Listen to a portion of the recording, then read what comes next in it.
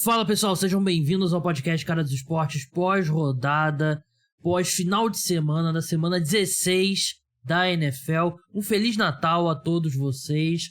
No programa de hoje, aquele esquema que vocês estão acostumados. Essa é a primeira parte, a gente vai falar de todos os jogos do primeiro horário e do segundo horário do sábado, na segunda parte, que vai estar nesse feed aqui também.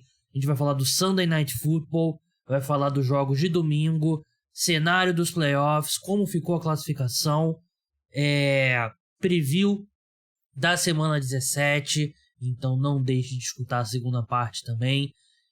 Lembrando que o podcast Cara dos Esportes é um oferecimento do programa de apoiadores. Nada disso seria possível sem vocês que apoiam o podcast.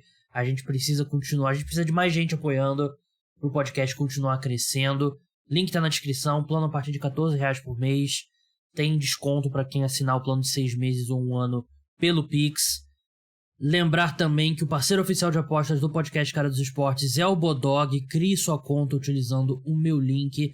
Tem bônus para o primeiro depósito de novas contas. Todas as odds que eu falo aqui são do Bodog, então se você quiser apostar seguindo o que eu estou falando aqui, normalmente é bom seguir o contrário do que eu estou falando para ganhar dinheiro. Então crie sua conta lá no Bodog. Pedir para você também me seguir no Instagram, @Cara dos Esportes, e também deixa 5 estrelas, né, no Spotify, no Apple Podcast, ajuda o programa a subir nos rankings. Vamos falar dos jogos, vamos começar por Minnesota Vikings e New York Giants. Você já deve ter notado uma diferença no meu tom de voz agora, né? O jogo que os Giants poderiam ter vencido. Acho que todo adversário dos Vikings sai com essa sensação, né? São tantos jogos apertados da equipe, né? 7 vitórias na última campanha para a equipe e aconteceu mais uma vez. Um jogo bastante equilibrado, um jogo que eu achei que o Daniel Jones jogou muito bem, apesar da interceptação. Eu achei que ele fez uma partida muito boa. Cousins também, assim, o Cousins ele esteve sob muita pressão. A linha defensiva dos Giants tem sido uma das melhores das últimas semanas, né? Com Dexter Lawrence. Leonard Williams se machucou durante o jogo. O Azeez Ojulari e o Kevon Thibodeau. Cousins foi sacado 4 vezes, pressionado 29 vezes, mas ainda assim conseguiu ter um ótimo desempenho, principalmente encontrando o Justin Jefferson e o TJ Hockenson. Impressionante como o Hockenson se tornou sim, logo de cara se tornou um alvo muito importante, muito procurado pelo Cousins, e isso abriu espaço para o Jefferson trabalhar mais no fundo do campo até, né? Porque você tem o Hockenson ali nos passos mais curtos e intermediários, com 13 recepções para 109 jardas, né? Uma média baixa, que mostra que a distância média dos alvos dele não é muito grande. E o Justin Jefferson estica um pouco mais o campo, também teve um jogo fenomenal.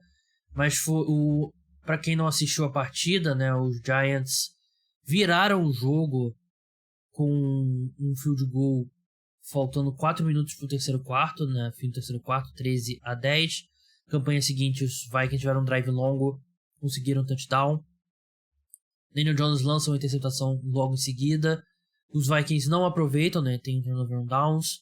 Os Giants chutam um field goal ali numa 4ª para 5 que talvez tenha sido um pouco conservador da parte do Brian Daboll, mas esse tá no estádio fechado, né? Então um field goal de 55 jardas é um pouco mais tranquilo. 3 and out dos Vikings. Na campanha seguinte, mais um 3 and out dos Giants. Mais uma vez o Brian Daboll foi conservador, né? Você tá perdendo o jogo, 4ª-4, seu campo de defesa, 31 jardas. Ele vai pro punch, que eu não gostei da decisão. E o punch, pior ainda, é bloqueado, né? Nem questão do... O punch ser bloqueado é uma das possibilidades quando a gente fala que vai pro punch. É uma possibilidade pequena, mas acontece. Eu não tô falando que eu sou contra porque o punch foi bloqueado, né? Mas acabou sendo bloqueado. Os Vikings conseguiram o touchdown, 16-24. Giants recebem a bola com 3 minutos pro fim do jogo e conseguem empatar o jogo, né? O Saquon Barkley teve uma corrida longa de 27 jardas, uma 4ª-para-2, né? Conseguiu o touchdown. Na segunda, na conversão de 2 pontos, os Giants conseguiram com o Daniel Jones pro Daniel Bellinger, que foi uma jogada boa do Daniel Jones, né? Porque era um rollout, né? E claramente a primeira leitura não estava lá, a segunda leitura não estava lá, ele teve paciência, encontrou o Daniel Bellinger. 2 minutos pro fim, Vikings recebem a bola de volta, tempos para pedir. Tinha um tempo para pedir, se não me engano. É isso mesmo, um tempo para pedir. Uma 3ª para 11, o Justin Jefferson consegue converter, fantástica. E os Vikings vão pro Spike, chutam o field goal da vitória de 61 jardas. Isso eu falei da 3ª para 11, né? Foi um sprint. Teve uma 3ª para 9 também que o Justin Jefferson converteu, né? O Cousins pro Justin Jefferson. Não tenho o que falar do Justin Jefferson, cara. Ele é um jogador absurdo, 12 recepções, 133 jardas, 1 touchdown. Eu sei que eu tuitei sobre o Tyreek Hill, né? Que um amigo meu, né? O Rodrigo Barbosa, né? Que faz o Minnesota Timberwolves, ele tweetou um vídeo lá do Justin Jefferson no jogo do Timberwolves, né? E ele falou que, olha aqui, marcou, né? O melhor wide receiver da NFL e tal, não sei o quê. Aí pra provocar ele, eu falei assim, mas não vejo o Tyreek Hill aí nesse vídeo. E eu acho que é uma discussão entre Jefferson e Tyreek Hill. Nesse momento.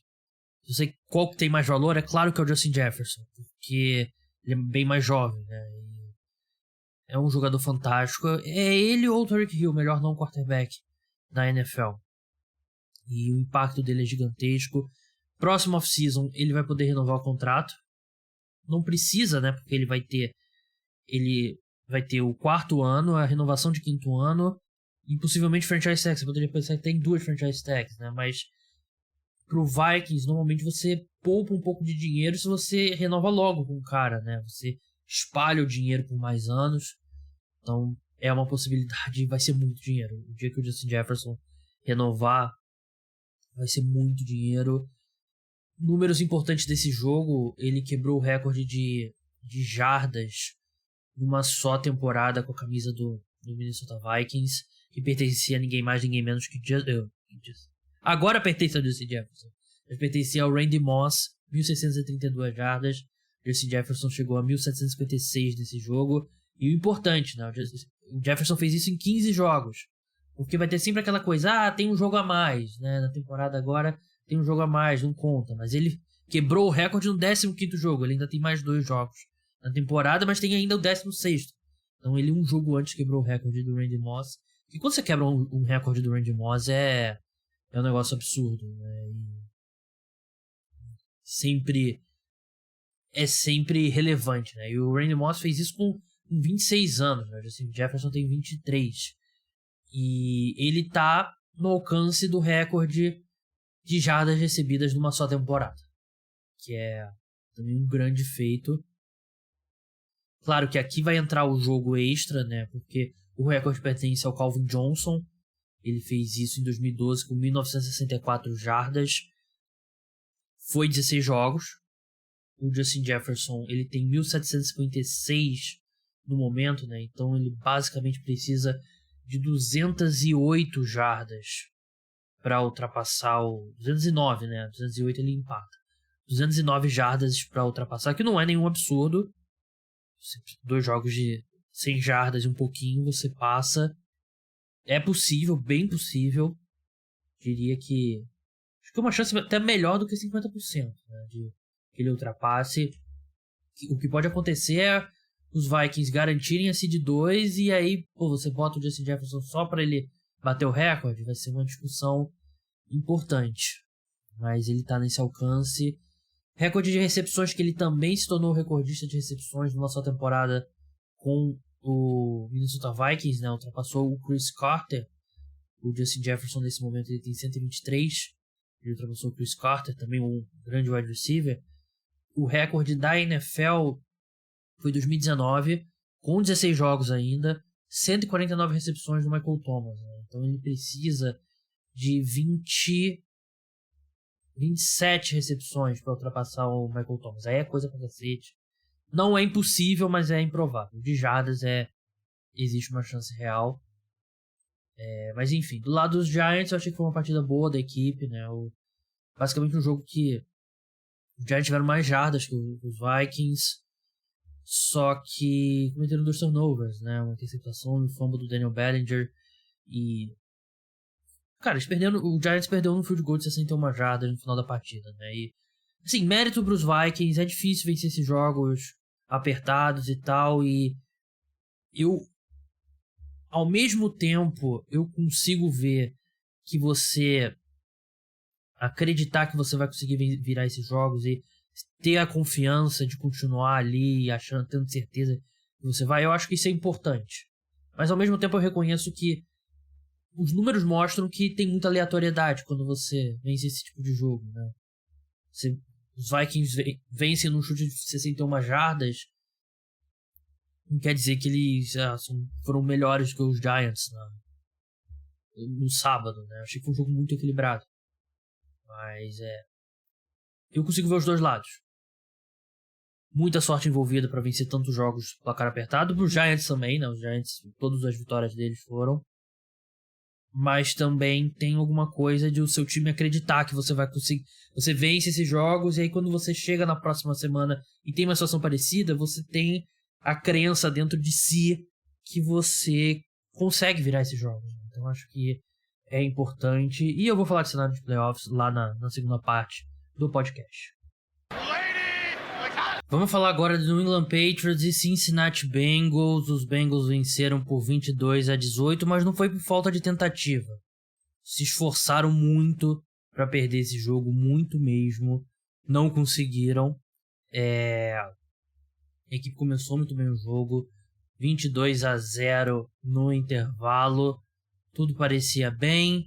Teve interceptação do Joe Burrow, tudo bem, mas parecia que tudo estava caminhando bem. Tudo estava caminhando tranquilo. Mas no segundo tempo, os Bengals... Passando um monte de carro barulhento aqui na minha rua. Os Bengals pararam de jogar, né? E teve o fumble do Ja'Marr Chase. O Joe Burrow lançou outra interceptação. O Joe Burrow que estava na briga pelo MVP.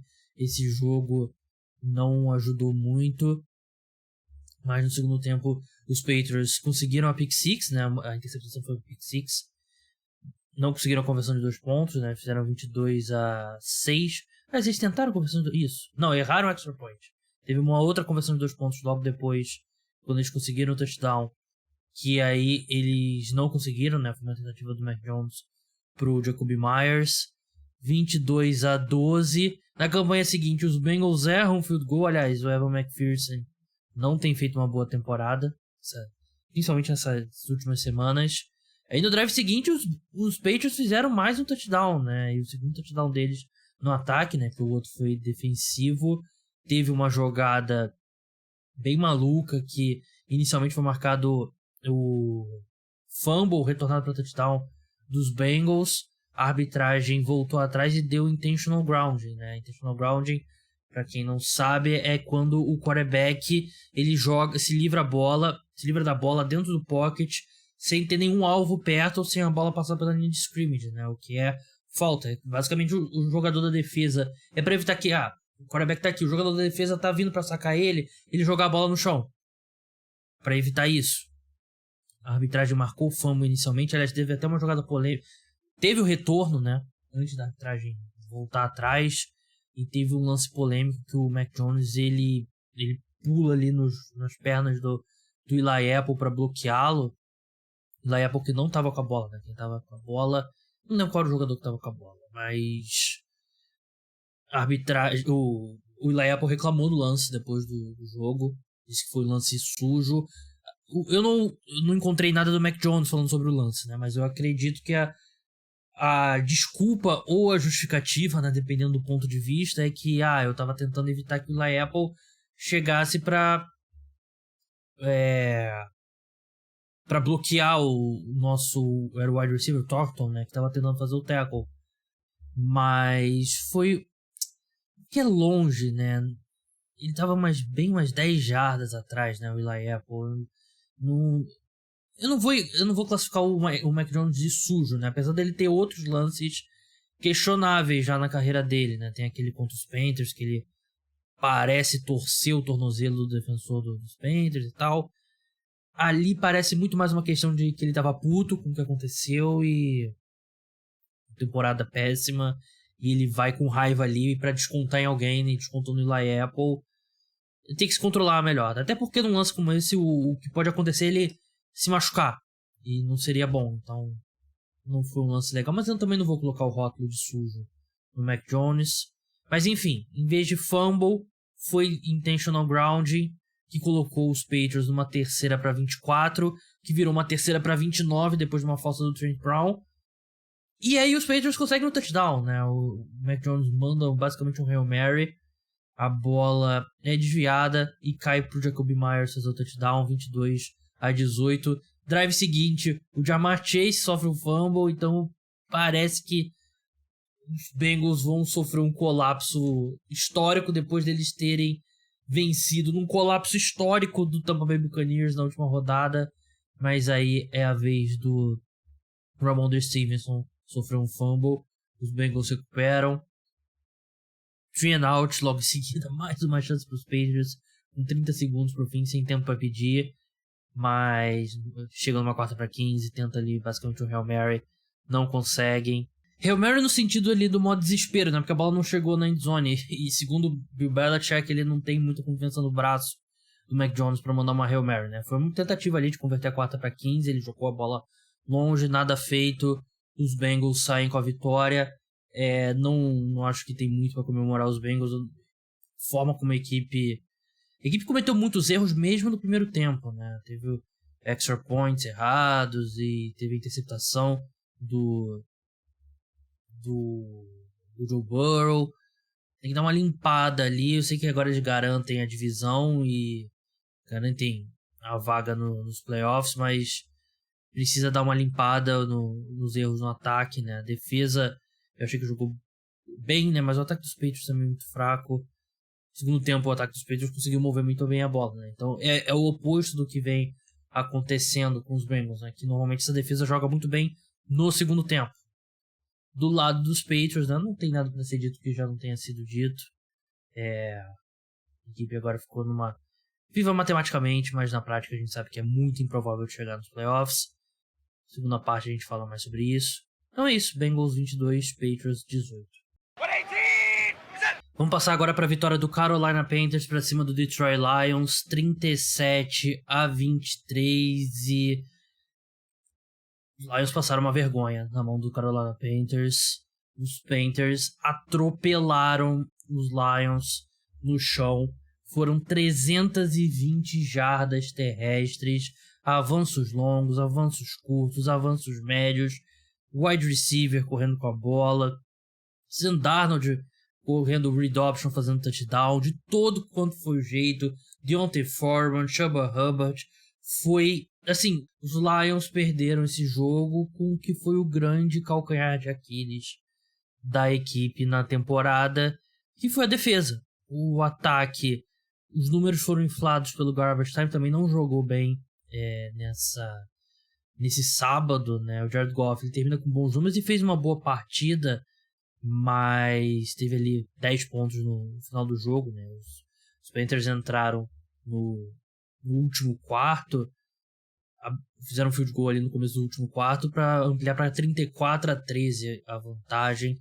Nunca foi próximo esse jogo, quer dizer, foi próximo no comecinho ali, os Panthers fizeram touchdown, depois os Lions fizeram, depois foram 24 pontos sem resposta do Carolina Panthers, mas os Panthers foram o time mais forte, o time mais físico, por uma margem enorme, né? Foi vergonhosa a atuação da defesa dos Lions, né? Que não conseguiram fazer nada para parar o jogo terrestre. Os Panthers terminaram com 35 minutos de posse de bola, e isso já tirando o pé na boa parte do segundo tempo, né? Foram, como eu falei, 320 jardas pelo chão, e o Sam Darnold jogou bem, né? 15 de 22 para 250 jardas, um touchdown. Domínio completo do Carolina Panthers, enquanto os Lions a gente estava se empolgando, não, a defesa vem jogando melhor e tal, não tem sido desastre, mas esquece, né? E a equipe acabou que nem pôde correr tanto com a bola, porque na situação do jogo, né, muito atrás do placar. não tem mais... É isso, né? Não tem muito o que falar, né? Os Lions foram totalmente atropelados pelo jogo terrestre do Carolina Panthers, e os Panthers agora estão aí vivos, mais vivos do que nunca na briga por playoffs, e a situação dos Lions ficou um pouco mais complicada.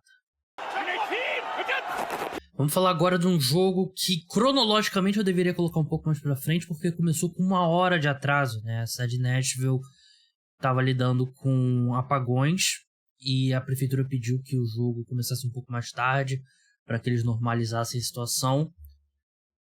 Aconteceu a partida, mas não do jeito que os Titans gostariam. Os Titans foram derrotados pelo Houston Texans 19-14, e toda a história do Derrick Henry ser fantástico contra os Texans, né? Uma história que eu falei no preview e falei no Twitter também. Ele teve bons números, 23 de 126, 23 carregadas para 126 jardas, um touchdown, começou com um touchdown longo de 48 jardas, mas não teve um impacto necessário. Ele sofreu um fumble ainda no segundo tempo, que foi bem prejudicial à equipe, e não tem nenhuma condição com o Malik Willis, né? E eu, de início, depois do jogo do último domingo, como o Ryan Tannehill voltou para a partida, eu achei que ele conseguiria jogar, né? Não conseguiu, e a notícia agora é que ele não volta na temporada regular. E com o Malik Willis não tem nenhuma condição, né? Sendo o Malik Willis até o fim da temporada regular, a vaga tá na mão do Jacksonville Jaguars. A questão é que esse resultado não conta tanto, né? Mesmo que os Titans percam o próximo jogo e os Jaguars vençam, os Titans vencendo o jogo contra os Jaguars na semana 18, ainda assim eles irão aos playoffs. A questão é que com o Malik Willis vai ser muito improvável eles vencerem uma partida até agora, né? Ele não tem nenhuma condição. A gente sabia que ele era um projeto, que ele era um cara para daqui a 2, 3 anos, e ele não tá pronto, né? Vê a interceptação. A segunda foi no Hail Mary, né? A primeira, passe horroroso dele, terminou o jogo com 99 jardas. 99 jardas e 23 passos tentados, 2 interceptações, né? Não tem nenhuma condição. E com o Malik Willis, o Houston Texans foi o melhor time.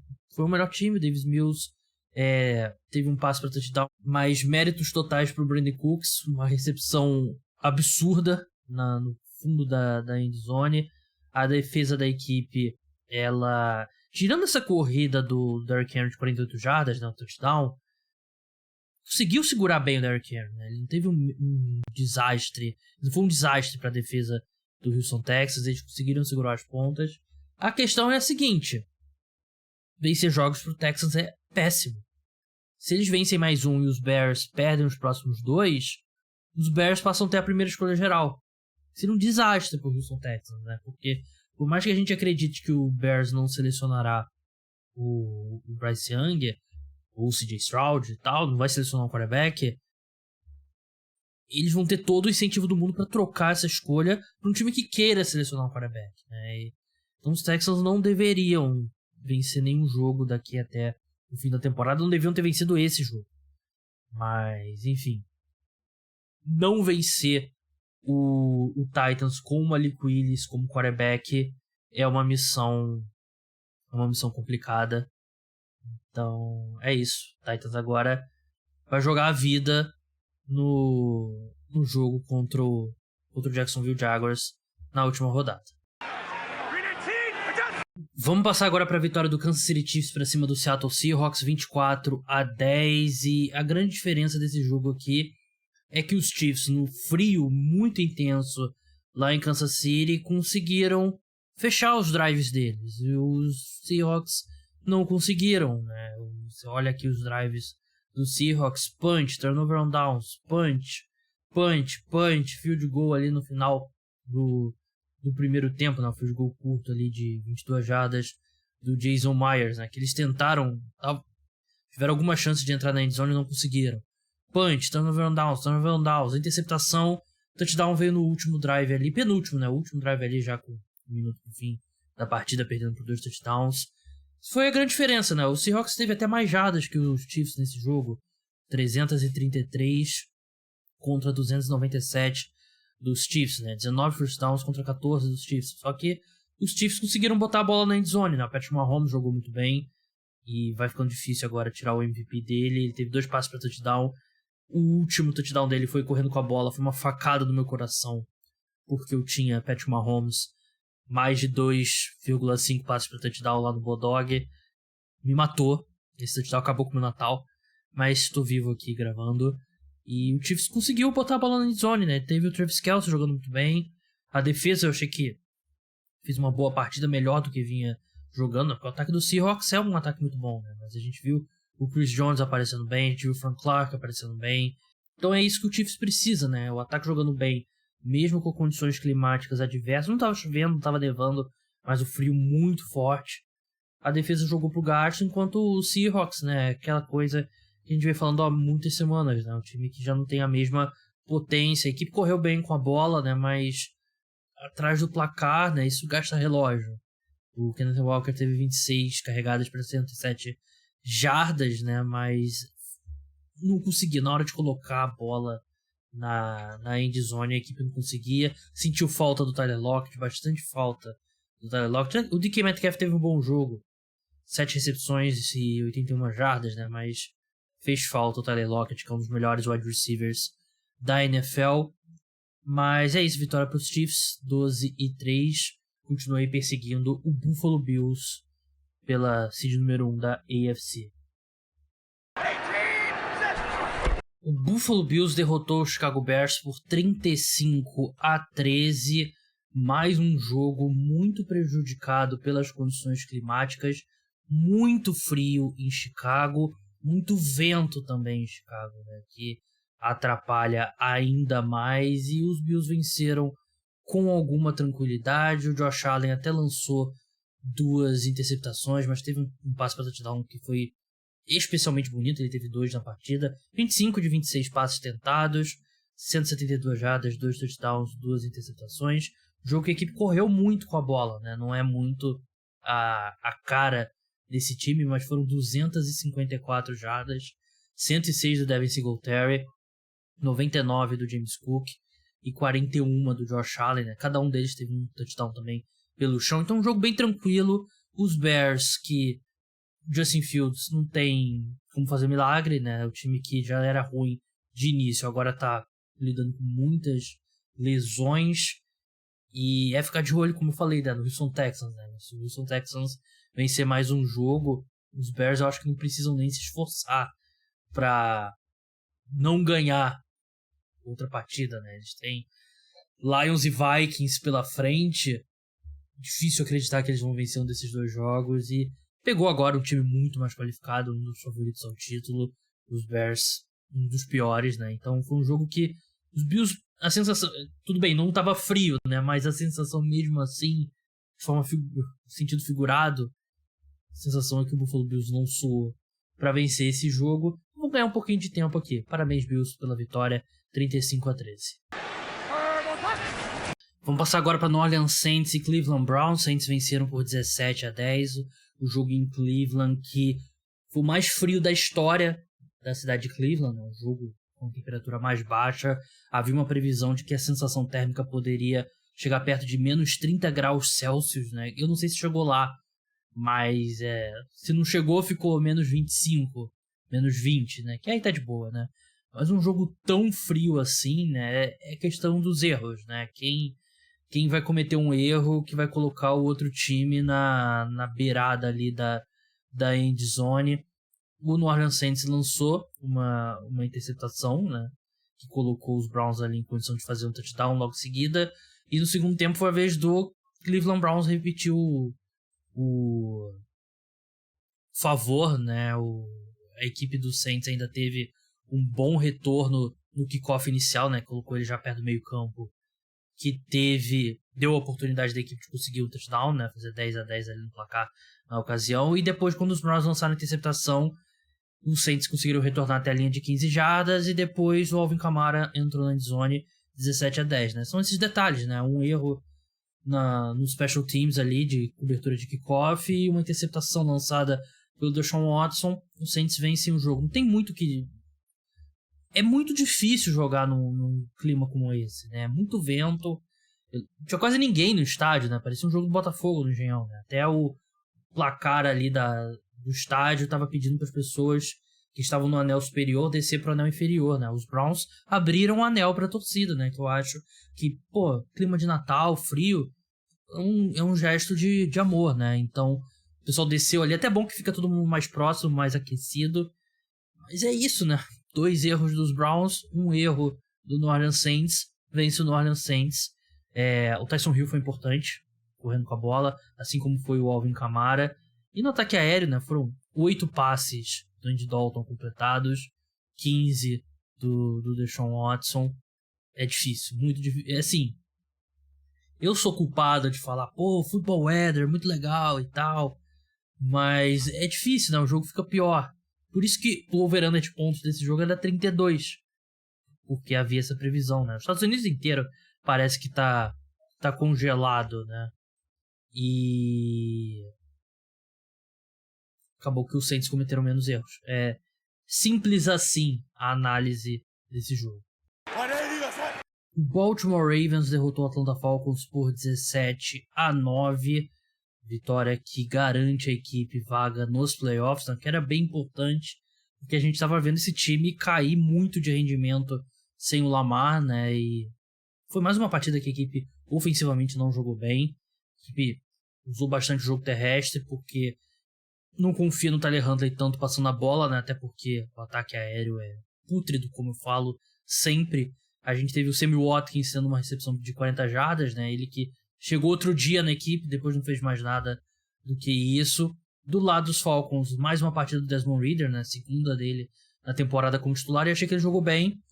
Teve uma conversão de quarta descida que o Drake London sofreu um fumble, segunda semana seguida que isso acontece. Os Falcons chegaram a ameaçar ali no final da partida, né? Eles chutaram um field goal com 2 minutos pro fim, né? Para cortar de 17-6 para 17-9, né? Uma posse de bola.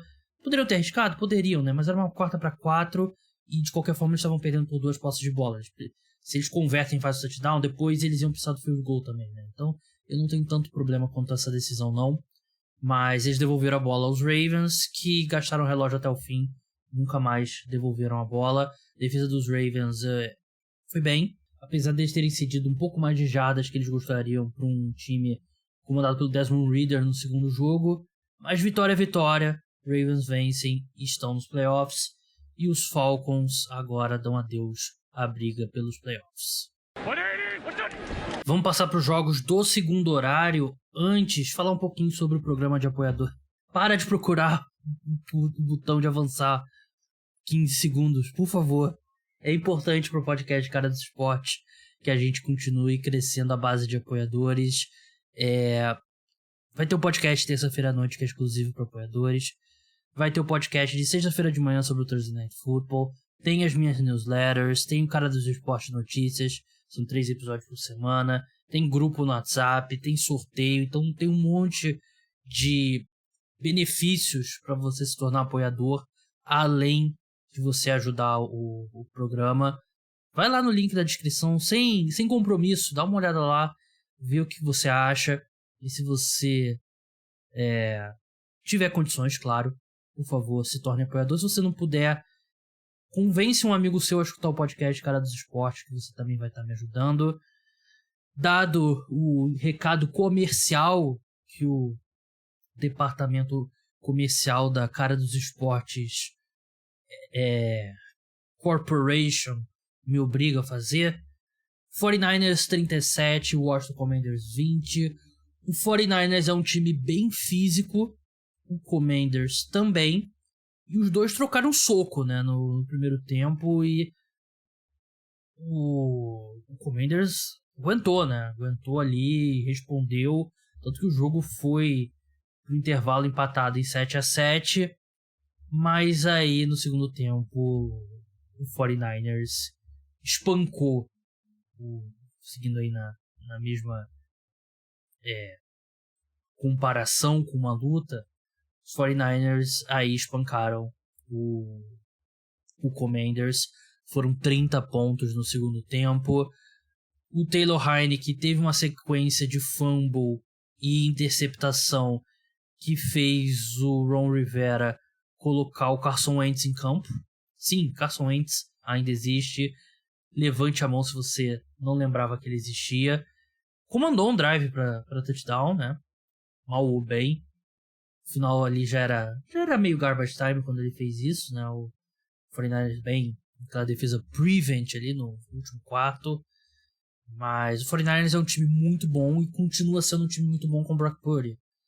E não dá para descartar eles para uma chegada ao Super Bowl, por exemplo, né? O Brock Purdy teve 15 de 22, 234 jardas, 2 touchdowns, uma interceptação. Um dia que a equipe não correu tão bem com a bola, né? Teve uma corrida do Ray McCloud de 71 jardas, né? Um touchdown longo. E se você tira ela, você tem 25 carregadas para 82 jardas, que é uma média bem baixa, né? Foi um jogo que ele precisou passar a bola para a equipe vencer a partida e passou bem, né? Principalmente na conexão dele com o George Kittle, né? Que teve um grande jogo, 6 recepções, 120 jardas, 2 touchdowns. O Kittle que passou muito tempo da temporada ali meio escondido, ele agora nessa ausência do Deebo Samuel, ele tá sendo bem importante pro ataque aéreo. Na defesa, o Nick Bosa, 2 sacks, ele é o Defensive Player of the Year nesse momento e vai ser difícil o Micah Parsons, acho que o Nick Bosa já tem umas 2 semanas que ele ultrapassou o Micah Parsons e não sei se tem tempo suficiente pro Micah Parsons passar de volta não, ficaria bem surpreso se o Nick Bosa não for o Defensive Player of the Year, com justiça. E volta aquilo que eu tava falando no início da temporada, né? No primeiro mês. Que é legal, o Micah Parsons tava jogando muito e tal, e essa ultrapassagem do Nick Bosa diz mais sobre o Nick Bosa tá jogando muito bem do que o Micah Parsons cair de nível. O Micah Parsons ele até teve uns probleminhas físicos ao longo da temporada, né? Que teve alguns jogos que ele jogou menos snaps e tal. Mas diz mais sobre o Nick Bosa. E também diz que a gente não pode definir quem que vai vencer o prêmio individual em outubro. A temporada vai até a primeira semana de janeiro. E o Nick Bosa hoje seria o Defensive Player of the Year. Do lado do Commanders, né? A gente tem que falar de cenário de playoff, mas cenário de playoff é na parte 2, não deixe de escutar. Vamos encerrar agora com o melhor jogo do sábado. O Dallas Cowboys derrotou o Philadelphia Eagles por 40-34. Mantém vivo o sonho de chegar ao topo da NFC Leste e, consequentemente, o topo da NFC. Eagles sem Jalen Hurts, mas conseguiram produzir bastante no ataque. O Gardner Minshew lançou 2 interceptações e sofreu um fumble, que prejudicaram bastante a equipe, mas ele conseguiu fazer esse ataque mover a bola, né? O que era uma dúvida, porque a gente sabe o tanto que o Jalen Hurts traz de mobilidade, né, de capacidade de correr com a bola. O Gardner Minshew até teve um touchdown correndo com a bola, né? Foi no QB Sneak, que é totalmente imparável o QB Sneak do Philadelphia Eagles. Mas foi um grande jogo mesmo. A partida começou com os Eagles com um drive ali, field goalzinho e tal, começando bem. E aí o Dak Prescott, ele lançou uma interceptação, né? Que foi uma grande jogada do Josh Sweat, né? Porque isso mesmo, Josh Sweat, jogador da linha defensiva, aquele rollout ali do Dak Prescott, ele queria botar a bola pro tight end, né? Pro Dalton Schultz. Acho que era o Dalton Schultz. E o Josh Sweat pula e consegue a recepção, que estava bem próximo do Dak Prescott, né? Mostrou uma ótimas mãos, né? Bota ele pra jogar de tight end.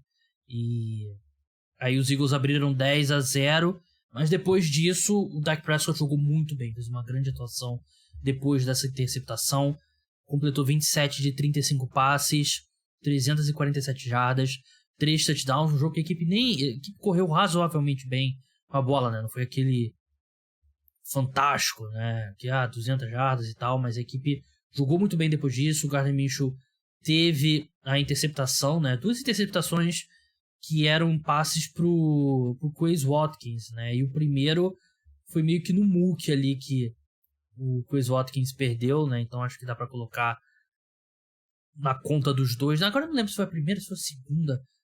Agora eu tô em dúvida. Acho que foi a segunda. Foi a segunda. Se eu tiver falado errado, me mandem tweets que eu vou reconhecer que eu tava errado. Vi muito futebol americano nesse Natal. Mas o Philadelphia Eagles continuou produzindo no ataque, né? O Devonta Smith teve um grande jogo, o A.J. Brown também. Devonta Smith, eu até estava conversando no grupo dos apoiadores. Ele é 1-2, pelo menos está na discussão como o melhor wide receiver 2 da NFL, né? Foram 2 touchdowns, algumas recepções bem impressionantes. CeeDee Lamb, do lado dos Cowboys, também foi fantástico. A gente está numa grande era para wide receivers da NFL. Grande era. E acho que o jogo basicamente foi decidido quando os Cowboys tiveram uma terceira para 30 jardas, depois de 2 sacks, né? Um sack fumble e outro sack.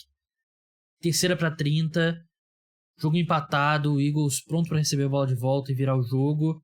E os Cowboys não só conseguem converter, mas conseguem um avanço de 52 jardas num passe longo pro T.Y. Hilton, ele mesmo, T.Y. Hilton, que já tem 33 anos, estava fora da NFL até outro dia, conseguiu o avanço longo, queimou o Darius Slay, né, que tem sido um dos melhores cornerbacks da NFL.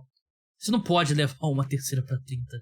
E você não pode ser queimado pelo T.Y. Hilton nessa fase da carreira dele, né? Mas aconteceu. Os Cowboys depois conseguiram um touchdown com o CeeDee Lamb. E na campanha seguinte o Gardner Minshew foi interceptado e os Cowboys aproveitaram para chutar um field goal. Ainda chutariam outro field goal depois de um fumble do Miles Sanders. Então os Eagles cometeram vários erros ali na reta final que prejudicaram a equipe. Em termos de classificação, os Eagles precisam vencer um dos próximos 2 jogos para garantir a vaga, a folga, né? Vencer a divisão e garantir a folga, né? Não é tão complicado assim. Os Cowboys precisam vencer os próximos 2 jogos. Eagles tem Saints e Giants pela frente. Os Cowboys têm, deixa eu ver o nome de cabeça, Titans e Commanders. Então o Eagles ainda está relativamente tranquilo. Não era um jogo tão importante. Foi o que eu falei no preview da rodada também. Esses 2 times têm grande chance de se enfrentar nos playoffs da NFC também, né? Então fazia sentido para os Eagles também não apresentar muita coisa, né? Não poupa o Jalen Hurts, né? Porque se fosse um jogo vida ou morte, acho que o Jalen Hurts tinha ido pro jogo. Mas não é um jogo vida ou morte. Então, o Philadelphia Eagles relativamente tranquilo ainda, mas não só a briga com os Cowboys, tem a briga também com o Vikings. Principalmente o Vikings, né? Mas o 49ers também. Pela seed número 1, mas uma vitória desses 2 últimos jogos acaba com tudo. Bem, é isso, pessoal. Vamos para a parte 2 agora. Vamos falar dos jogos do domingo, do Sunday Night Football. Então, até lá. Fala, pessoal. Sejam bem-vindos à segunda parte do podcast Cara dos Esportes.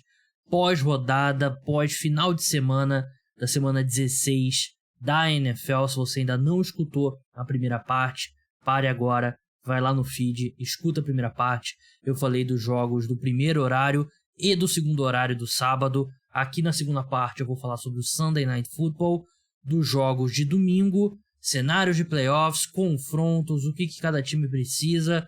E vamos olhar também um pouco já para a semana 17, que vai ser a penúltima semana da temporada regular da NFL. Vamos começar pelo Sunday Night Football, vamos começar pela vitória do Pittsburgh Steelers para cima do Las Vegas Raiders, 13-10, um jogo duro, muito frio mesmo, que terminou ali com um drive de gente grande do Kenny Pickett, né? Levou o Pittsburgh Steelers até o touchdown, teve conversão de quarta descida, né? Um QB sneak, até que ele encontrou o George Pickens na end zone. Os Raiders receberam a bola de volta com 46 segundos, 3 timeouts. Precisavam de um field goal para empatar e levar a partida para prorrogação, mas na segunda tentativa de passe, o Derek Carr acabou sendo interceptado. Passe um pouco longo para o Hunter Renfrow, interceptado pelo Sutton. Foram 3 interceptações lançadas pelo Derek Carr. Essa que foi uma interceptação, claro, o passe ruim, mas ali já está no modo desespero, como eu gosto de falar. As outras 2, uma foi um pouco atrás do Hunter Renfrow, a bola bateu na mão dele, subiu, foi interceptada. Então, o passe foi ruim, mas foi azar.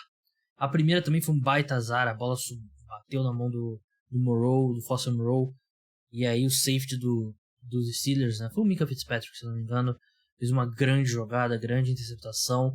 Então as 3 interceptações aí não foram interceptações do Tua, por exemplo, que a gente vai falar mais tarde, né? Foram 3 interceptações que envolveu... 2 envolveram uma grande dose de azar e a terceira ali, já naquele modo ali, tentando desesperadamente qualquer coisa. Defesa dos Steelers está jogando bem. Jogou muito bem hoje. Quer dizer, hoje. Sábado à noite, estou gravando aqui no domingo. Jogou muito bem na noite de sábado, depois de ter jogado muito bem contra os Panthers, contra os Ravens, contra os Falcons, contra os Colts. Então vem numa sequência muito boa. E Ravens e Panthers, você pode falar, são ataques limitados, mesma coisa, Falcons e Colts. Mas o ataque dos Raiders é um bom ataque, né? E tá com as armas todas agora, né? Dan Waller, Davante Adams, o Hunter Renfrow. Davante Adams, 2 recepções em 9 alvos. Então, bom trabalho dos Steelers. Pressionaram bastante o Derek Carr, e o Josh Jacobs também não apareceu, né? E também, claro, tem o fator neve. Quer dizer, não estava nevando de fato, mais o fator frio, né? Porque é difícil jogar, ainda mais para um time como os Raiders, que joga no estádio fechado, né? Mas um jogo duríssimo, que eu achei que foi um ponto bem positivo pro Kenny Pickett. Lançou uma interceptação, claro, mas a campanha ali no final foi uma campanha que você nota, né? Você não... Kenny Pickett chegou, vai ser um grande quarterback. Não. Mas quando você tá fazendo o balanço do ano de calouro dele, você coloca no lado positivo como um sinal para se animar. Ele parece ter uma conexão boa com o Pat Freiermuth. Teve uma jogada ali que eles completaram uns 3 passes pro Pat Freiermuth numa rota flat ali, né? Que ele corria em direção a sideline ali, né? Tipo uma slant ao contrário, não sei. Acho que é rota flat mesmo. Fala que eles estavam conseguindo avançar bastante. Mas boa vitória para os Steelers, que com 7-8 tem aquele objetivo, né? Que eu vivo falando. Mike Tomlin, head coach dos Steelers, né, já há muito tempo, 15 anos, nunca teve uma campanha com mais derrotas do que vitórias.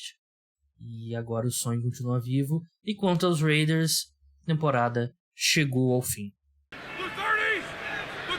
O Green Bay Packers derrotou o Miami Dolphins por 26-20.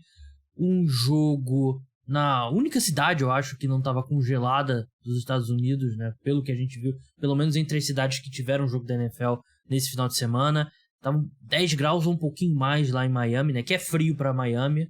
É frio aqui para maior parte do Brasil, com exceção de Curitiba. O pessoal dos Dolphins até colocou uma máquina de neve falsa ali na região do estádio, né? Acabou que depois da sequência ruim dos Dolphins fora de casa, né? Eles tiveram ali uma sequência extensa de jogos difíceis, 2 na Costa Oeste, 1 em Buffalo. Perdeu pro 49ers, perdeu pro Chargers, perdeu pro Bills, e agora a 4ª derrota consecutiva jogando em casa, num jogo que não tem outro jeito para descrever que não seja o Tua custou o Miami Dolphins a vitória, né? Os Dolphins jogaram muito bem no primeiro tempo, muito graças ao Jalen Waddle e o Tyreek Hill. O Jalen Waddle, logo no começo do jogo, teve um touchdown de 84 jardas. Eu até falei no Twitter. 2 jogadores na NFL fariam aquele touchdown. Os 2 estão no elenco do Miami Dolphins, né? Que é o Jalen Waddle e o Tyreek Hill, né? A velocidade para pegar a bola após a recepção e cortar todo mundo. Nenhum defensor consegue o ângulo certo, porque os caras são muito rápidos. Mas os 2 jogaram muito bem. E no segundo tempo, o ataque dos Dolphins parou de funcionar, porque o Tua não... absolutamente viciado em mandar a bola para os jogadores dos Packers, né? Os 4 drives do Miami Dolphins no segundo tempo foram field goal errado, interceptação, interceptação e interceptação, né? E antes disso, no primeiro tempo, o último drive deles tinha sido um fumble ainda, né? Sofrido pelo Raheem Mostert. Então, parou de funcionar o ataque, né? Por causa do Tua. E a gente dá muito mérito pros quarterbacks, mas também tem que criticar quando... Assim, claro que cada caso é um caso, né? Esse não. Esse é todo na conta do Tua mesmo. Ele não tá terminando a temporada tão bem quanto ele começou. Ele é ajudado pelo esquema. Ele é ajudado por essa dupla fantástica de wide receiver, Jalen Waddle e Tyreek Hill. E ele colocou tudo a perder. Enquanto o Green Bay Packers não precisou fazer muito, né? Claro que eles ainda precisam pegar a bola e fazer os pontos, né? Mas Os Packers abriram o primeiro tempo com um drive longo, que terminou em touchdown, empatou o jogo 20-20. 7 minutos que eles tiveram com a posse de bola. O Dolphins teve um drive longo também, mas errou o field goal. Depois o Aaron Rodgers lança a interceptação, né? E o Aaron Rodgers até aquele momento não estava fazendo um jogo bom. Muito pelo contrário, estava jogando mal. Mas aí, interceptação do Tua, os Packers conseguem ali recuperar a bola já pertinho da red zone, na red zone. Chutam um field goal. Aí a outra interceptação, eles recuperam também já no campo de... perto do meio campo, né? Quase no campo de ataque. Conseguem mais um field goal 26-20. Os Dolphins ainda têm mais uma chance. Eu achei que o Matt LaFleur errou. Era uma 4-3 na linha de 8 jardas. Eu achei que ele deveria ter tentado a conversão, que ali o first down mata o jogo, né? Você faz o first down, chuta o field goal ou consegue o touchdown, você mata o jogo basicamente. Ele aí chutou o field goal, mas aí não adiantou de nada, não importou, porque logo na campanha seguinte o Tua lançou a interceptação. E o Packers está muito vivo, muito vivo na briga pelos playoffs. Mais sobre isso ainda nessa parte 2, né? Mas a equipe parece que está fazendo uma força grande para salvar a temporada. A equipe perdeu o Christian Watson por lesão nesse jogo, né? Vamos ver o status dele ao longo da semana. Sofreu uma lesão no quadril e não teve o David Bakhtiari, né? Não jogou também nesse domingo. Achei que a defesa no segundo tempo foi muito bem, além das interceptações, né? Que interceptação muitas vezes é muito aleatória, né? Mas claramente a secundária dos Packers tinha um plano, né? Todo mundo ali em cobertura em zona, a maior parte do tempo, e os defensive backs olhando pro Tua, né? Que é algo que a gente tem visto muito na NFL. É mais uma coisa que se tornou mais popular, né? Os times mandando menos blitz, colocando mais gente, principalmente defensive backs, em zona e com o olho no quarterback, né? Para tentar ler o que o quarterback vai fazer, e isso contribuiu para os erros que o Tua cometeu nesse segundo tempo. Mas realmente foi bizarro o segundo tempo do Tua. Cara que foi candidato a MVP nessa temporada, e ele termina a temporada com muitas questões, porque ele terminou o ano mal, né? Ele jogou bem contra o Buffalo Bills, mas antes disso vinha de uma sequência bem ruim, né? Jogo com os 49ers e contra os Chargers. E agora esse jogo, porque se o Miami Dolphins ficar de fora dos playoffs, vai ser o jogo que a gente vai olhar e lembrar, pô, ele aqui custou. Se for por uma vitória, os Dolphins eram melhores até quando ele começou a lançar o caminhão de interceptações, né? Ele tiveram mais jardas e, enfim, estavam andando bem com a bola, conseguiram avanços longos. Essa é na conta do Tua mesmo. Do lado do Packers, para encerrar, como eu falei, não achei que foi uma grande partida do Aaron Rodgers. Lançou uma interceptação que foi toda na conta dele. Teve passe longo que teve com o Christian Watson. Foi no primeiro tempo que o Christian Watson estava livre e ele não conseguiu conectar. Foi numa quarta descida até. Teve um com o Romeo Doubs também. Não achei que foi um grande jogo dele, mas fez o suficiente, né? A equipe nem correu tanto com a bola também. 25 carregadas, 79 jardas, né? Uma média baixa. Achei que poderia até ter corrido um pouco mais. Mas é aquilo, né? Quando o time adversário tá te colocando já no campo de ataque várias vezes, você nem precisa fazer muito. Teve assistência aí desses erros do ataque do Miami Dolphins. Placar final: Green Bay Packers 26, Miami Dolphins 20. Vamos passar agora pro segundo jogo do domingo. Assim, vocês sabem que eu às vezes sou culpado de um pouco de hipérbole, e eu sei que tem muita gente que não consegue reconhecer. Eu fico com raiva, né? Por exemplo, o jogador tal nunca é melhor do que o cara que veio no passado. As pessoas ficam muito presas no passado. Eu não gosto de ser essa pessoa, e às vezes eu exagero um pouco, mas vem de um lugar no meu coração de ser muito animado com o esporte. Amo esporte, tanto que é a minha carreira. Esse segundo jogo, a vitória do Los Angeles Rams para cima do Denver Broncos, 51-14, é uma das maiores humilhações que eu já vi na NFL. É a derrota mais humilhante que eu já vi na NFL. Não sei se na história da NFL, porque aí a gente volta um século. Mas dos jogos que eu vi, eu sei que não é playoff, não é o jogo dos dois times estão eliminados e tal. Mas o Denver Broncos com o Russell Wilson perder de 51-14 para um time que tá sem seu quarterback, tá sem seus melhores jogadores, tá totalmente já pensando na temporada 2023 e tá com um quarterback que chegou no time 15 dias atrás. E a forma como o Russell Wilson jogou, lançando 3 interceptações, é a derrota mais humilhante que eu já vi na NFL. É um negócio, assim... Tava até meio desconfortável assistindo o jogo, meio Scott Tots, aquele famoso episódio de The Office. É bizarro. Eu nunca vi nada igual que tá acontecendo com o Denver Broncos. E eu já falei várias vezes e vou falar de novo. Não tem como o Nathaniel Hackett não ser demitido ainda hoje. Teria que ser ainda hoje, né? Mas de repente você tá escutando segunda-feira e ele já foi demitido. É inacreditável. Eu vou começar pelos Rams antes de concluir que eu tenho alguns pensamentos sobre o Denver Broncos, mas méritos pro Baker Mayfield. Ele tá revitalizando a carreira dele. Ele jogou muito bem enquanto o jogo ainda era um jogo, né? A equipe foi pro intervalo vencendo por 31-6.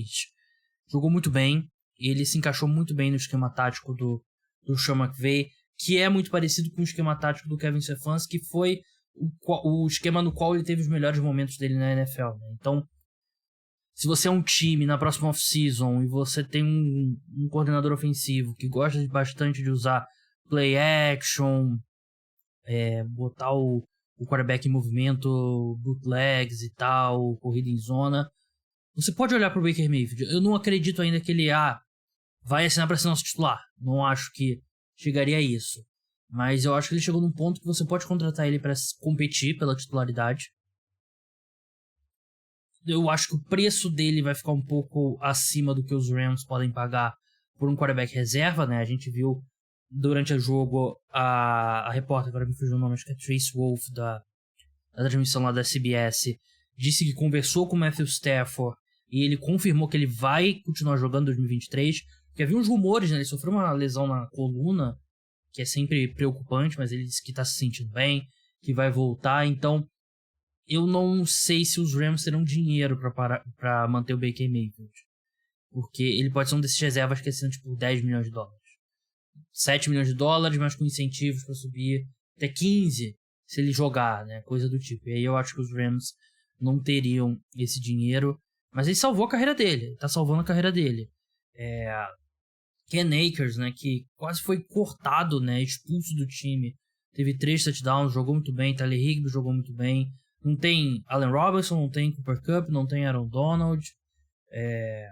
A defesa também jogou muito bem, né, tiveram as interceptações, claro. Uma do Bob Wagner, claro que o Bob Wagner ia interceptar o Russell Wilson, ex-companheiro dele de Seahawks. Teve o Kobe Durant, que teve 2, inclusive uma foi uma pick six, né, mas aí foi pra cima do Brett Rypien, né, quarterback reserva. Mas boa atuação dos Rams, que não vai a lugar nenhum, e só ferra o Detroit Lions, né, que os Lions são o dono da escolha de primeira rodada da equipe, né, pela troca do Stafford. Então só ferra o Detroit Lions. Ajuda o Seattle Seahawks, né, que é dono da escolha de primeira rodada do Denver Broncos. Agora voltando pro Broncos, é a pior troca da história recente da NFL. Acho que não tem nem como discutir, né? Para relembrar aqui, o Denver Broncos mandou 2 escolhas de segunda rodada, 2 escolhas de segunda rodada, uma escolha de quinta rodada, o Drew Lock, o Shelby Harris e o Noah Fant. Recebeu de volta o Russell Wilson. E no dia 1º de setembro deu um contrato de 5 anos, 245 milhões de dólares para o Russell Wilson. Isso mesmo. E você olha a estrutura contratual desse contrato, assim, tem muitos porém, cláusulas que a gente não sabe de fora. Não, na verdade, se você trocar ele, na verdade o dead cap é menor e tal. Isso é tudo complicado. Mas o que tem no Spot Track, e em geral, toda a imprensa dos Estados Unidos usa bastante Spot Track, só dá pra sair do contrato dele em 2025. Porque pelo contrato que ele assinou com bônus de assinatura, né? Ele assinou com um bônus de assinatura de $50 milhões e 161 milhões de... Nossa. 161 milhões de dólares garantidos. Ele tem um dead cap de 107 milhões em 2023. 85 em 2024, 49 em 2025.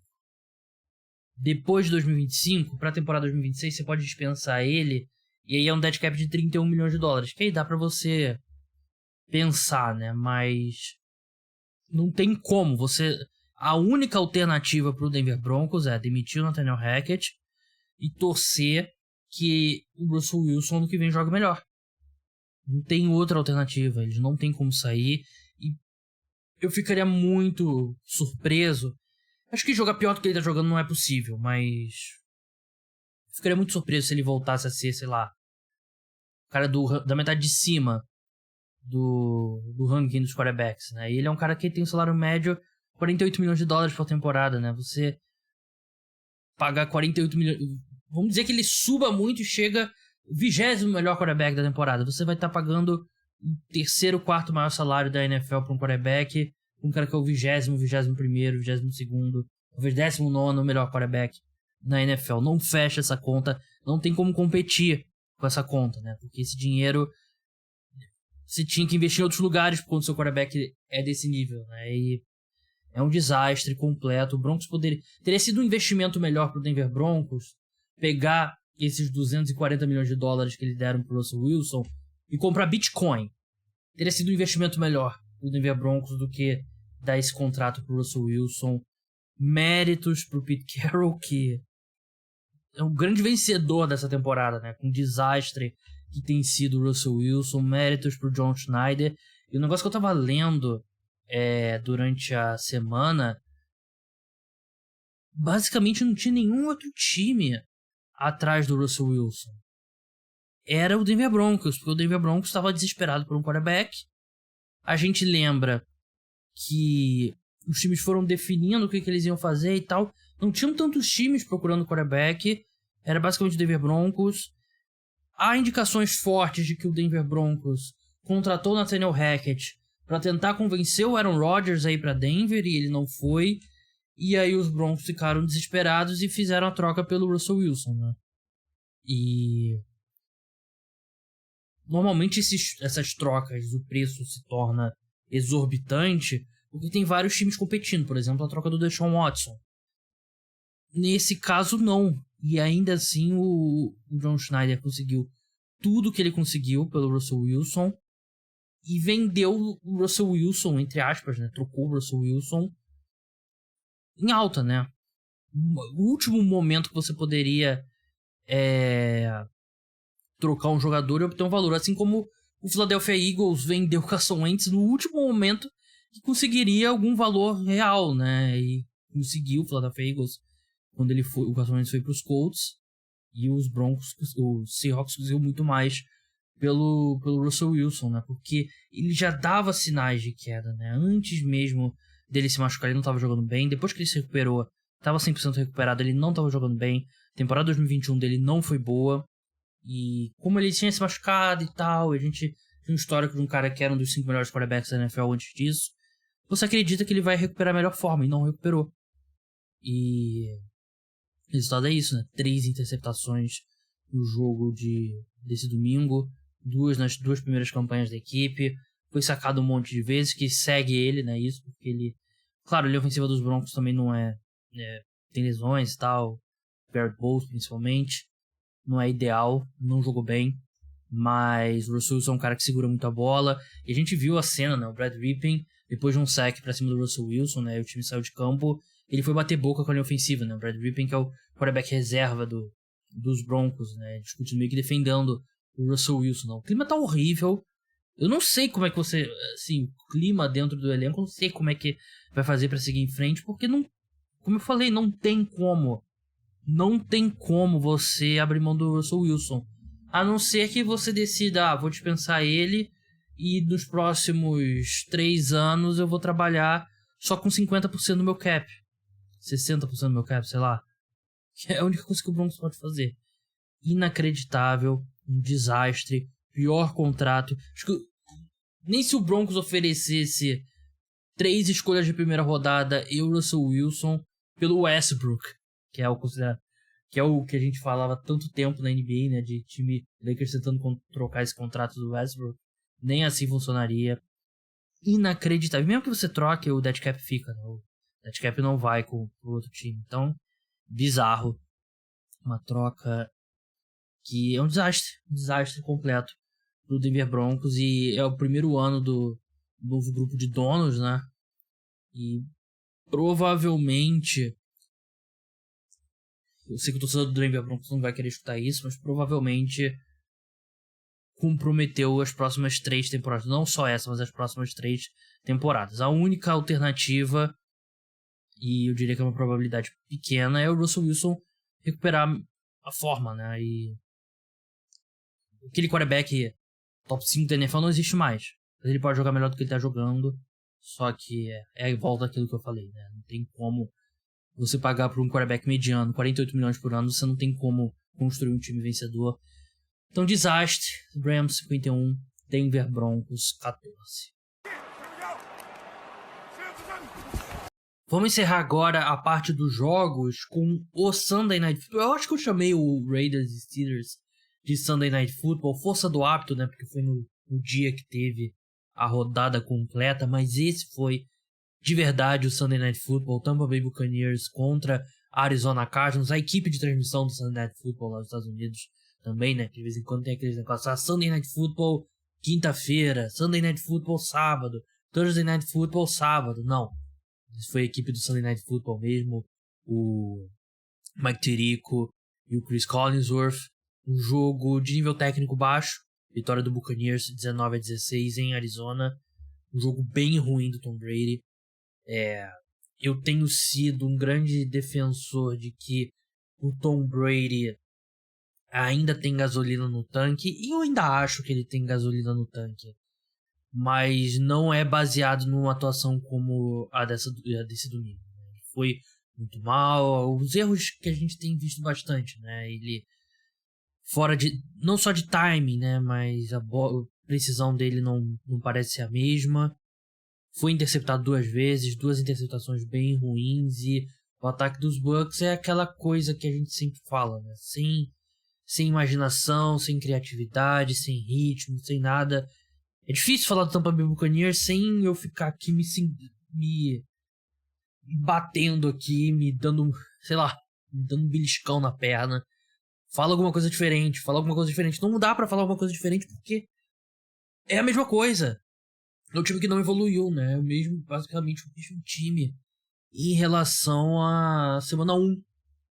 E chega a 7 vitórias, 8 derrotas, e é um time ruim. Não é um bom time de futebol americano. Leonard Fournette liderou esse time em recepções e jardas, né? Que porra. Leonard Fournette, ele não é nem ele não é nem um cara que a gente pensa nele como um Austin Eckler, como um Christian McCaffrey. Ele entrou na NFL como um cara mão de pedra, né? E ele acabou se tornando meio que na força o third down back do Tampa Bay Buccaneers.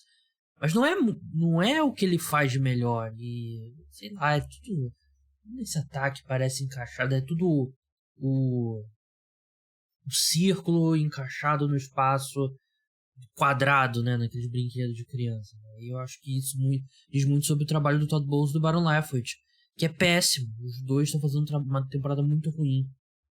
Se o Tom Brady sair, ao que tudo indica, ou ele sai para aposentadoria, ou ele sai para outro time, ele não fica em Tampa, eu não sei por que o Todd Bowles e o Byron Leftwich permaneceriam nos cargos, né? O Todd Bowles, principalmente, pode ser um one and done, né? E que, infelizmente, basicamente acabaria com a carreira dele, né? Porque ele já foi demitido uma vez, foi head coach dos Jets, foi demitido. O trabalho dele não foi desastroso nos Jets, longe disso. Merecia uma segunda chance, teve a segunda chance e agora tá fazendo um trabalho muito ruim. Então eu não afasto essa possibilidade dele ser demitido.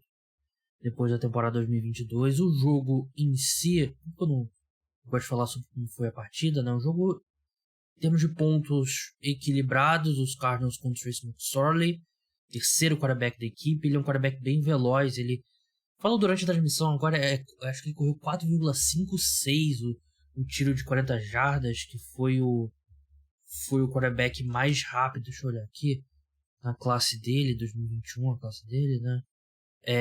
Não, 2019, nossa. Ele correu o tiro de 40 jardas em 4,57, né? Foi o mais rápido ali do draft de 2019. Claro que o draft de 2019 o Kyler Murray não correu, né? O Kyler Murray, não sei se teria corrido mais rápido do que isso, mas poderia ter brigado, né? Porque o Kyler Murray, o negócio do Kyler Murray é que ele é bem liso também, né? Não é só a velocidade em linha reta. O Daniel Jones também, que é um cara muito rápido, correu 4,72, né? Então, o Daniel Jones é mais rápido do que isso, 4,72, né? Não deve ter dado a vida aí nesse tiro de 40 jardas, mas enfim, ele é rápido e não foi tão usado assim como corredor, né? Acho que ele fosse ser mais usado. Os Bucks abriram com field goal, logo seguindo um fumble dos Cardinals, né? O primeiro do Trace McSorley, ele sofreu 2 no jogo. Os Bucks não conseguiram aproveitar, trocaram uns punts ali, trocaram field goal, 6-3. Tom Brady lança uma interceptação e antes do final do primeiro tempo os Cardinals empatam o jogo, 6-6. Segundo tempo, mesma coisa, trocando punts.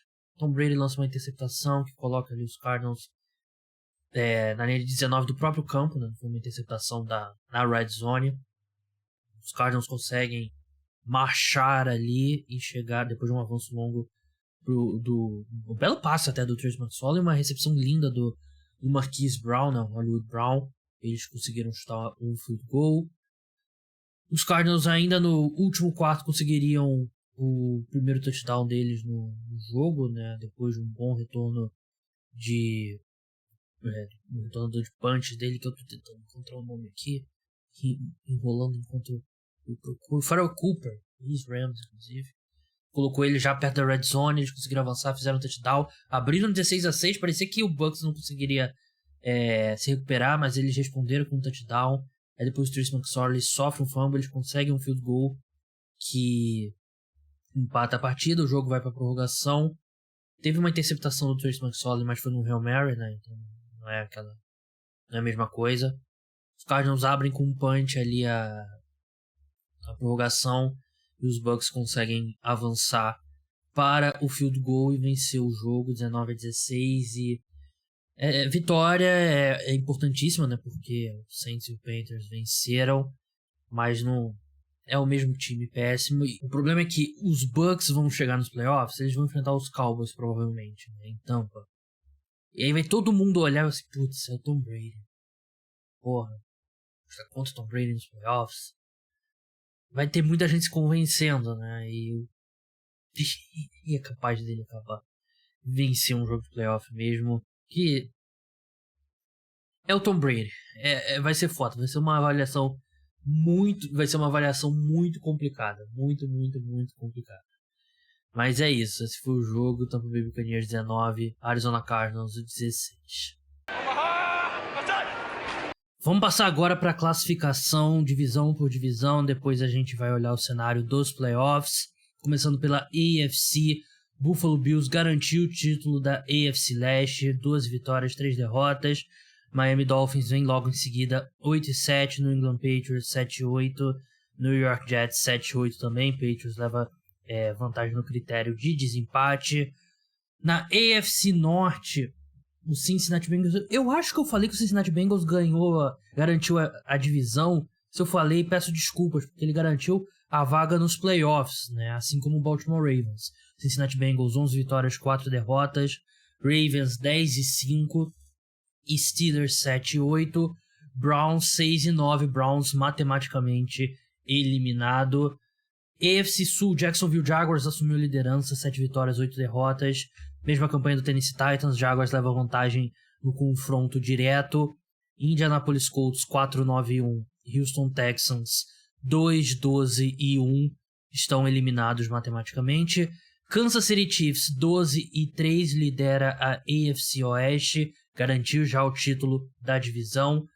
Chargers 8-6, Raiders 6-9, Broncos 4-11. Né? Vamos olhar agora o cenário dos playoffs na conferência. Deixa eu abrir aqui que eu não tinha aberto antes de começar, porque eu sou muito desorganizado e porque eu também estou com muito sono. Buffalo Bills é a seed 1 nesse momento, com 2 vitórias e 3 derrotas, né? Mesma campanha do Kansas City Chiefs, mas leva vantagem no critério de desempate. Os Chiefs, seed número 2, receberiam o Miami Dolphins, que, assim, tá caindo vertiginosamente, né? 4 derrotas consecutivas. É um time que tem o New England Patriots e o New York Jets pela frente, né? Até o fim da temporada. Seed número 3, o Cincinnati Bengals receberia o Los Angeles Chargers, que seria bem complicado. Acho que dos jogos de wildcard, acho que é o mais difícil. E o Jacksonville Jaguars receberia o Baltimore Ravens. A questão do Jaguars e do Titans, né, eu já expliquei aqui algumas vezes. Mesmo que na semana 17 os Jaguars vençam o Houston Texans e o Tennessee Titans perca para o Dallas Cowboys, na última semana, quem ganhar o jogo entre Titans e Jaguars vai ser o time que vai para os playoffs. Né? Se os Titans vencerem esse jogo, mesmo depois perderem para os Cowboys, no terceiro eles empatam em campanha com os Jaguars com a vitória no último jogo, né? Caso os Jaguars vençam o próximo jogo contra o Houston Texans, e aí eles vão para o último jogo na semana 18, última rodada da temporada regular. Mesmo que aí eles empatariam em campanha, né? Caso os Jaguars percam para os Titans, e aí os Titans levam no critério de desempate, o terceiro critério de desempate, que é o de retrospecto dentro da... Eu não sei se é dentro da divisão. Não, é o retrospecto dentro da divisão. Os Titans iriam a 4-2, enquanto os Jaguars teriam 3-3, então não vale tanto assim o jogo dos Cowboys pro Tennessee Titans. Não valeria se os Jaguars tivessem perdido pro New York Jets, que aí eles poderiam garantir a vitória, mas nem isso. Então é o jogo da semana 18 e acredito que vai ser o jogo do Sunday Night Football. Então esses são os playoffs, os times que estão nos playoffs nesse momento na AFC. Brigando ali, a gente tem o Patriots com 7 vitórias e 8 derrotas. Mesma campanha dos Jets, dos Titans e dos Steelers, né? Quem diria? Steelers vivos ainda matematicamente, assim como os Raiders matematicamente estão vivos, né? Mas na prática a gente sabe que não vão chegar. O próprio Steelers também é muito difícil. O problema dos Steelers é que eles têm uma campanha muito ruim dentro da conferência, né? Que é um critério de desempate para o Wild Card. E eles também têm derrotas ali para o New York Jets, para o Miami Dolphins, né? Jogos que seria o critério de desempate do confronto direto, né? Então é muito improvável que os Steelers cheguem lá. Os Titans teoricamente estão vivos ainda por uma vaga não só na divisão, mas como no Wild Card. Mas o problema é como a equipe joga sem o Tannehill, né? Com o Malik Willis, não tem nenhuma...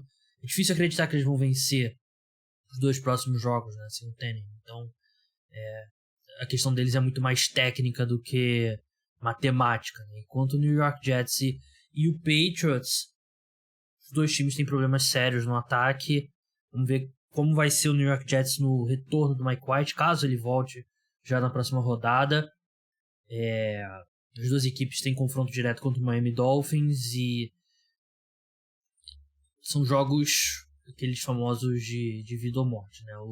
Os Dolphins, eles ganharam dos Patriots, então caso eles vençam os Patriots, eles vão ter o confronto direto, que é importantíssimo.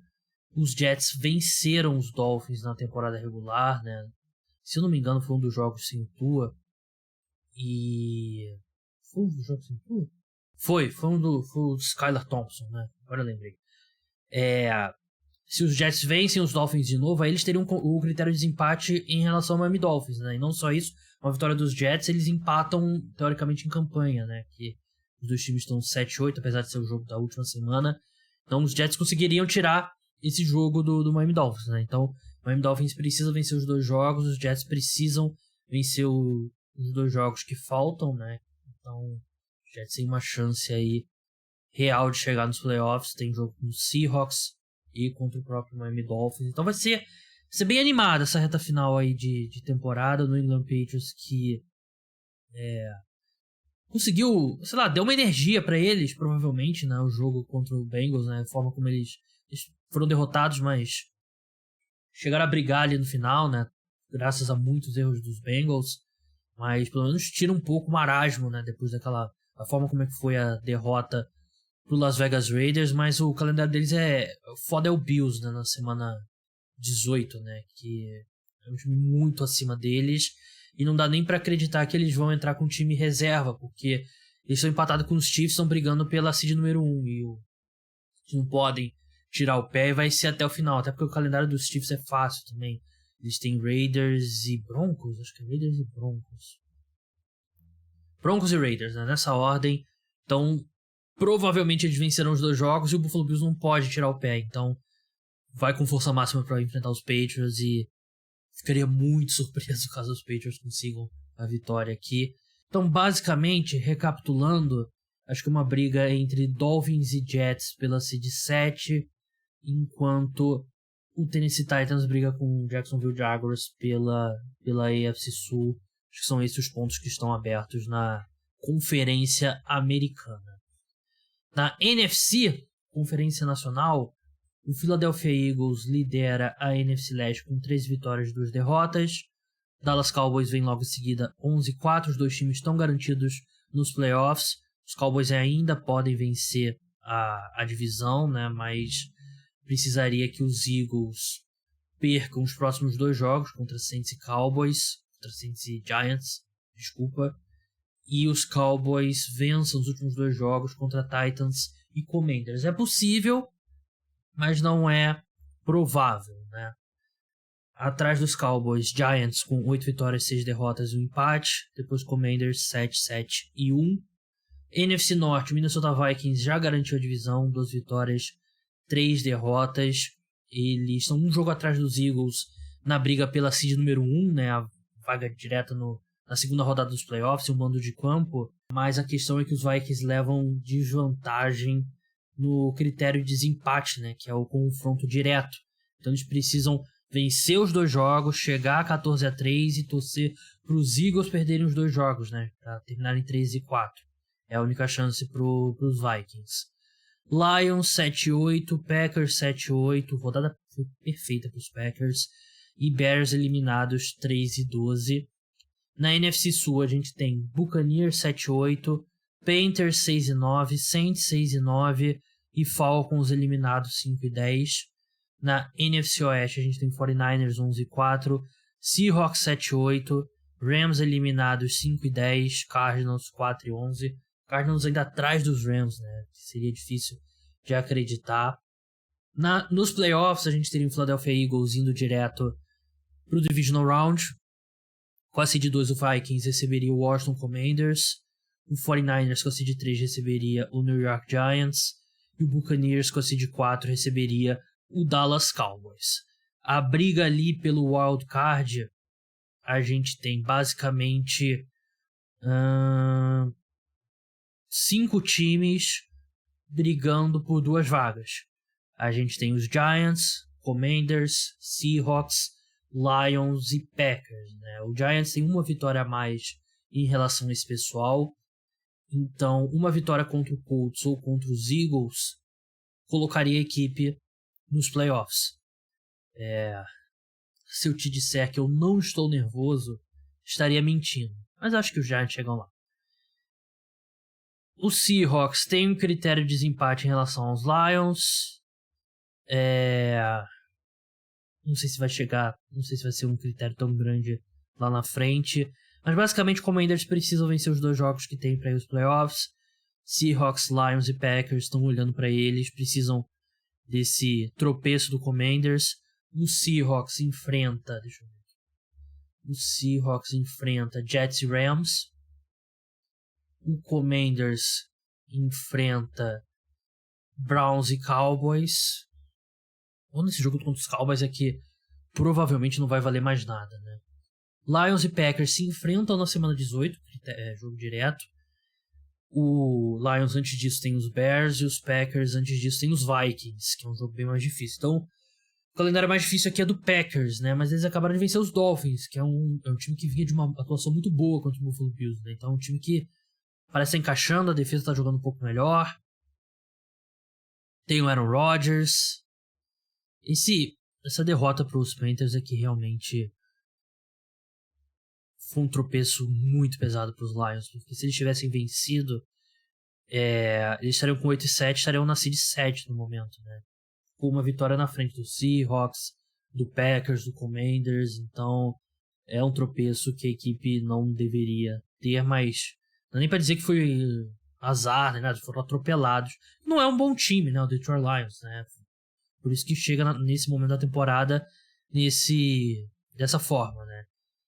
Na NFC Sul, assim como na AFC Sul tem vários times, dois times competindo só pela divisão, a NFC Sul é a mesma coisa, né? A gente tem Buccaneers 7-8, Panthers 6-9, Saints 6-9, né? E a grande questão aqui é que os últimos 2 jogos dos Bucs são dentro da divisão, o primeiro contra o Carolina Panthers. Se os Panthers vencem, eles vão a 7-9, os Bucs vão a 7-9, os Panthers têm um critério de desempate que é o confronto direto e os Panthers passam o Tampa Bay Buccaneers, que estariam dentro dos playoffs. E o último jogo dos Panthers é contra os Saints. Os Saints, se eles vencerem os últimos 2 jogos contra Eagles e Panthers, foda é o Eagles, né? Eles também têm a chance. O Buccaneers e Panthers dependem apenas deles mesmos, que é vencer os últimos 2 jogos, porque eles se enfrentam. Então o jogo da semana que vem é gigantesco, é um jogo de playoff basicamente, e o Panthers vem de atropelar o Detroit Lions, enquanto o Buccaneers sofreu contra os Cardinals no terceiro quarterback. O momento do Carolina Panthers é muito melhor, então complicado, e a gente volta ao que eu estava falando sobre lá na análise do Buccaneers e Cardinals. O único motivo para a gente não acreditar que esse time vai acabar fora dos playoffs ou acreditar que eles podem vencer um jogo de playoff ainda tem nome e sobrenome, Tom Brady. Vai ser um jogo muito, muito complicado mesmo. Bem, esses são os cenários dos playoffs. Vamos seguir agora, vamos terminar falando sobre a semana 17, a penúltima semana da temporada regular da NFL. Dá pra acreditar que a gente tá na penúltima semana? Difícil. Vai ser uma rodada que olha, olhando o calendário aqui, é uma lágrima no meu olho, porque vai ser complicado. Porque não tem jogo dia 31, é a rodada cheia dia 1º, não tem mais bye week, não tem mais nada, então são 13 jogos no domingo. Meu Deus do céu. Vai ser difícil esse podcast pós-rodada. Vai ser... O Sunday Night Football vai ser Steelers e Ravens, né? Eles tiraram o jogo que era originalmente, que eu acho que era Rams e Chargers. Vai ser Steelers e Ravens. E eu tava pensando assim, vou eliminar alguns jogos aqui dos que não valem muita coisa, né? Dos que não valem nada. Pra dar uma amenizada. Aí fui olhando aqui, tem um jogo que não vale nada, que é o jogo entre Arizona Cardinals e Atlanta Falcons. Todos os outros têm impacto grande na disputa pelos playoffs. Então vamos que vamos no domingo que vem falar de todos esses jogos depois do primeiro dia do ano. Força, Gabriel. Vamos passar pelas linhas aqui, falar um pouquinho dos jogos, dos principais jogos. Começando pelo Thursday Night Football, Tennessee Titans contra Dallas Cowboys. O jogo é em Tennessee. Vitória dos Titans está pagando 4,35, dos Cowboys 1,22.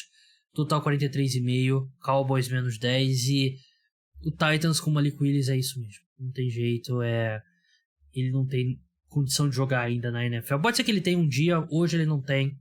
Então é isso mesmo, Cowboys menos 10. Gosto desse Cowboys menos 10. E é esse o valor mesmo. Vamos ver aqui. Kansas City Chiefs e Denver Broncos. Jogo em Kansas City. Vitória dos Chiefs pagando 1,12. Dos Broncos 6,25. Total 43,5. Chiefs menos 12, e é outro que é isso mesmo, Chiefs menos 12. Talvez seja até pouco, pra ser bem sincero, até gosto desse menos 12, depois ainda mais que a gente viu do Broncos, né, nesse domingo com o Russell Wilson. Commanders e Browns, vitória do jogo em Washington, vitória do Commanders pagando 1,74, dos Browns 2,15, Commanders menos 2,5. Tem aquela estatística, né, os times que enfrentaram o 49ers na semana seguinte perderam todos os jogos, né? Acho que é 0-13 os times que enfrentam o 49ers na semana seguinte. Será que vai continuar o mesmo aqui pro Commanders? Fizeram um bom primeiro tempo contra o 49ers, né? Depois veio tudo por água abaixo no segundo, mas no primeiro tempo eles jogaram bem. Detroit Lions contra o Chicago Bears, vitória do Chicago Bears, tá pagando 2,85, dos Lions 1,44, o jogo é em Detroit, total 51,5, gosto. Lions menos 5, a questão aqui é o Lions sem energia, é o Lions decepcionado pelo jogo, como aconteceu contra os Panthers, né? Então pode ser aquele jogo que o time deixa a desejar, né? Ficaria de olho nisso. Giants e Colts, jogo gigantesco para os Giants. Tá no nome dos Giants, todo jogo é gigante para os Giants. Semana 18 contra os Eagles é complicado.